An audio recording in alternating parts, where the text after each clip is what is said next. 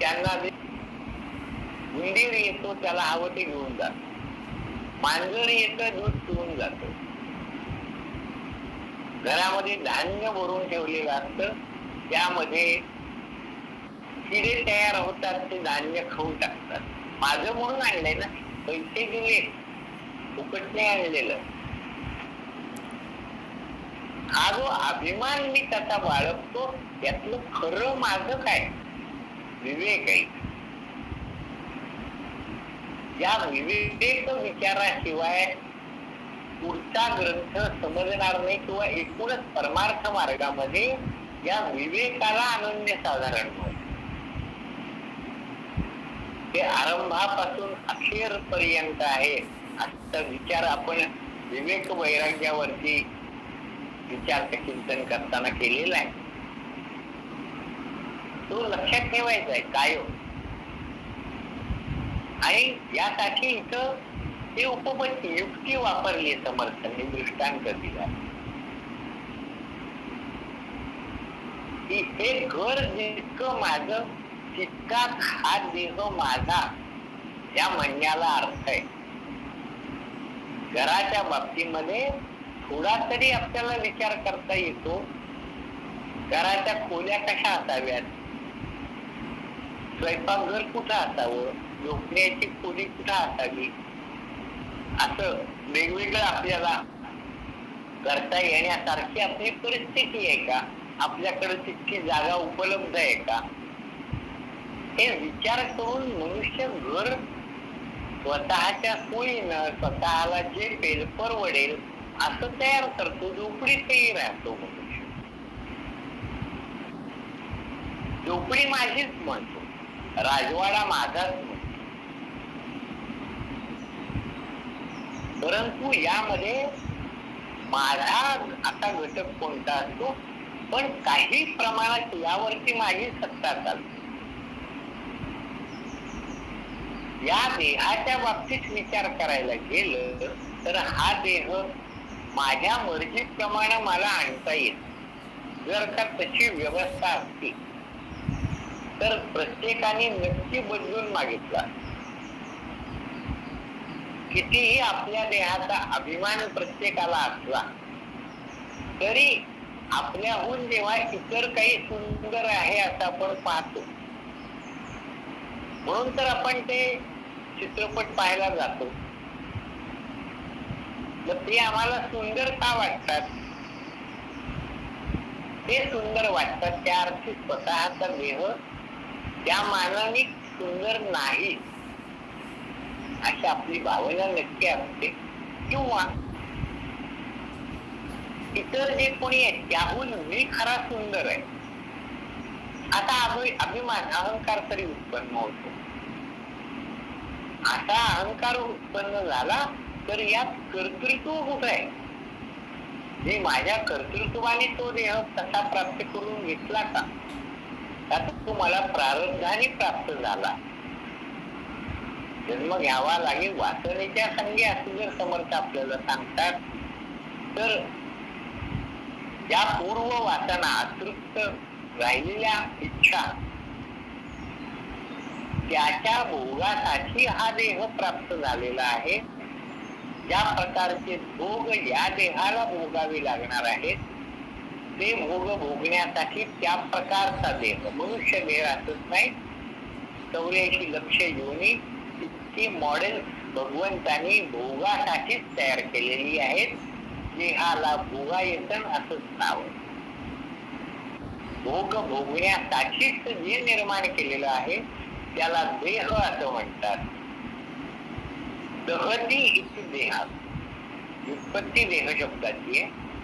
जे जळतो त्याला देह असं म्हणतात. शरीर असा दुसरा शब्द वापरला जातो. शरीर इति शरीर, जे जिरत जात त्याला शरीर असं म्हणतात. ही दोनही लक्षण या वस्तूला लागू पडतात. देह जळतो म्हणजे प्रत्यक्ष वेळानंतर जाळला जातो, पुरला जातो. जो काही आहे तो त्या प्रकाराने पंचमहाभूतांमध्ये ते घटक लय पावतात, जाळला जात. आपल्या संस्कृतीप्रमाणे आपण जर विचार केला तर देह जाळला जात, स्थूल देह जाळला जात. अंतःकरणाला सूक्ष्म देह म्हणतात, तो जळत असतो, मत्सराने जळत असतो, क्रोधाग्नीमध्ये जळत असतो. हे विकार या सूक्ष्म देहाच्या ठिकाणी उत्पन्न होतात, ते या स्थूल देहाच्या माध्यमातून आणि या देहाला मी असं म्हटल्यामुळे सापेक्षतेने हे विचार निर्माण होतात. प्रत्यक्षात देह जर माझा नाही किंवा देह म्हणजे मी नाही, तर मग सापेक्षतेनं मी इतरांची त्याची तुलना करतो, मी इतर देहांना सुंदर म्हणतो किंवा माझा तसा सुंदर आहे आणि इतर तसे तुच्छ आहेत असा अभिमान बाळगतो. हे किती योग्य आहे, विवेक आहे. असा विचार करणं योग्य का अयोग्य? म्हणून या देहाच्या बाबतीतचा विचार आणि स्वतःच्या राहत्या घराचा विचार, इथं घर आणि देह अशी तुलना का केली? तर आपण घरामध्ये राहतो आणि ज्याला जीव असं म्हटलंय, तो जीव या देहामध्ये राहतो. हे याच्या वस्तीचं ठिकाण आहे. राहतं घर जसं बदललं जाऊ शकतं, तसा हा देह बदलला जातो. वातावसी जीर्णानी यथा विहाय नवानी गृह्णाती नरोपराणी तथा शरीरानी विहाय जीर्णान धन्यानी संज्ञाती नवानी दे. या श्लोकामध्ये शरीर आणि देह देही दोनही शब्द आले. जे जीर्ण होत त्या अर्थाने शरीर शब्द आला. जीर्ण झाल्यानंतर शरीर बदललं जात आणि जे नाशिवंत आहे, जळणार आहे, तो देहच पुन्हा प्राप्त होतो. तो कोणता? मनुष्याचाच भेटेल अशी शक्यता नाही. मनुष्य जन्म फार दुर्लभ आहे आणि म्हणून हा नरदेह जो प्राप्त झालेला आहे त्या संदर्भात याच देहामध्ये राहून विचार करून या जन्माचं किंवा एकूणच जीवाचं सार्थक करावं, जन्म सार्थकी लावावा, यासाठी विवेकाने या देहालाच पहिल्यांदा स्कॅन करावं लागतं. याच पोस्टमार्टम करावं लागतं. याला विवेक म्हणतात. ते व्यवस्थित पद्धतीनं करावं, शास्त्र शुद्ध पद्धतीनं करावं आणि त्याचे निष्कर्ष हे आपल्याजवळ पक्के धरून ठेवावे. आणि हे माझं नक्की नाही आणि मी म्हणजे हे नाही. मग खरा जो मी आहे तो या देहाहून, या बाह्य जगताहून भिन्न असा जरी असलो तरी यात अंतर्भूतच आहे. आपल्या 13व्या दशकातल्या 10व्या समासाचा संदर्भ इथनं सुरू झालेला आहे.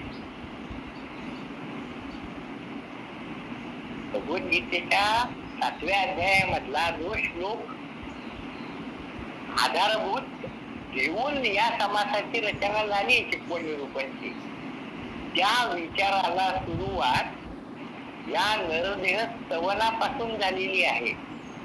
की या देहामध्ये राहणारा, या देहासह या घरामध्ये राहणारा, या घरासह या गावामध्ये असणारा, या देशामध्ये असणारा, या ब्रह्मांडामध्ये असणारा असा जो मी आहे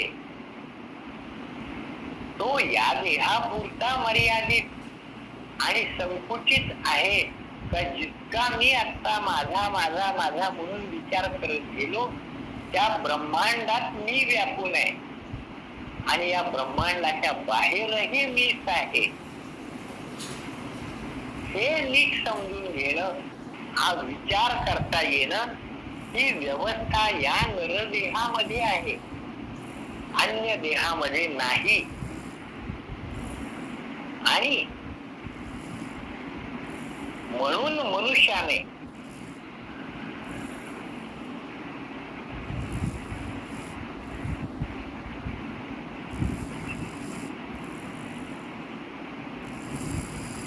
आवाज येतोय ना माझा? हो, येतोय. हा, हे मला जरा वेगळे आवाज ऐकायला आले म्हणून थांबलो मी खरं.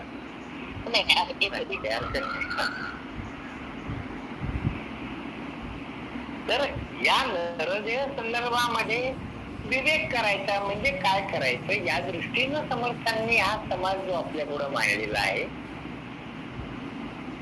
तो विवेक विचार देह घर याच्या दोनचा विचार करून समर्थांनी मांडला, परंतु त्याचा विस्तार करत करत या देहापुरतं मी आणि माझं घर माझं असा विचार करत करत ब्रह्मांडाच्या ही पलीकडे गेलं तरी जो मी आहे तो त्यातही आतही आणि बाहेर व्यापून राहिलेला असलेला जो परमात्म तत्व आहे तो म्हणजे मीच आहे. या विचारापर्यंत मनुष्य येऊन स्थिरावू शकतो. यासाठी या दृष्टीनं या देहावरचं चिंतन समर्थांनी या समासात मांडलेलं आणि या समासाचा अखेर पहा आपण की हे जो लक्षात घेत नाही हा नरदेह प्राप्त झाल्यानंतर या प्रकाराने विवेकाने हे जो जाणून घेत नाही, जाणून घेण्याची इच्छा करत नाही, त्यासाठी समर्थांनी त्याला मूर्ख म्हणा, मूर्ख समजा असा या समासाचा समारोप केलाय. आपण जर या पद्धतीनं विचार करत नसू, चिंतन करत नसू तर समर्थ काय किंवा समर्थांसारखे जे संत सत्पुरुष आहेत त्यांच्या लेखी त्यांनी आम्हाला एक पदवी देऊन ठेवलेली आहे, मूर्ख. आणि ती प्रत्येकाला लागू आहे.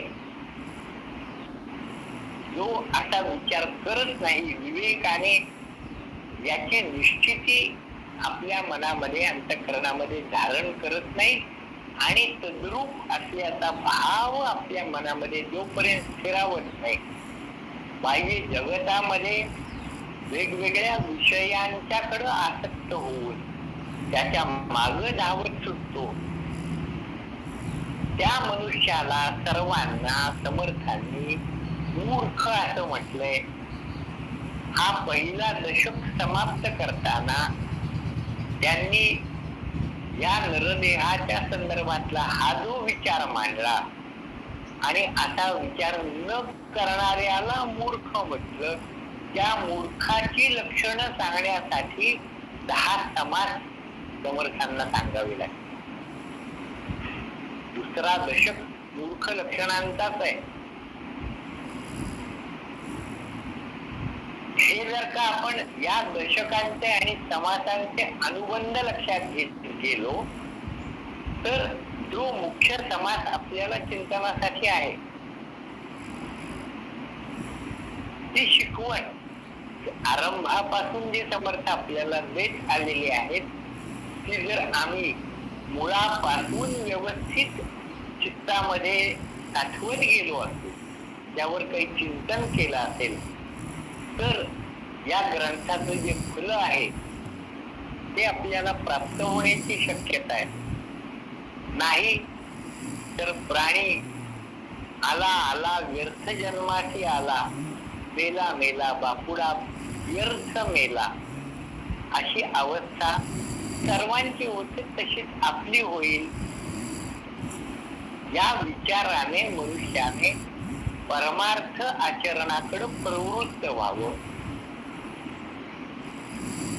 यासाठी आपण मूर्खपणाने कसे कसे व्यवहार करतो ते लक्षात घ्यावं. ते मूर्खपणाचे व्यवहार करणं बंद करावं आणि जी बुद्धी आपल्याकडे आहे, बुद्धीचे वैभव अन्य नाही दुजे एका केशवराजे सकल सिद्धी.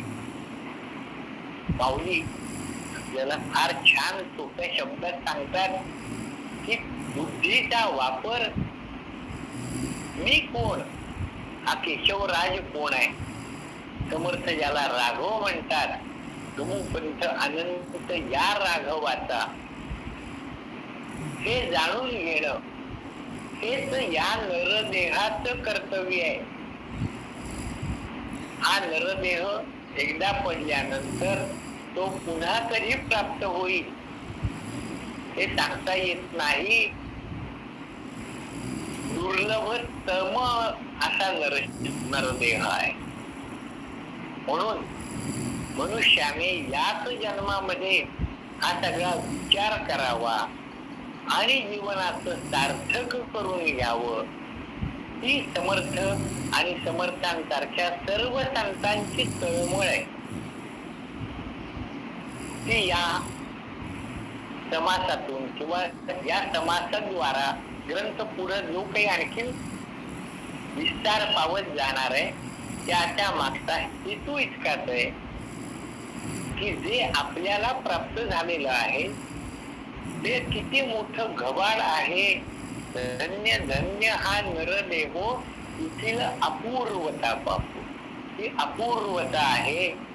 या देहाच्या व्यतिरिक्त अन्य देहांमध्ये ही व्यवस्था नाही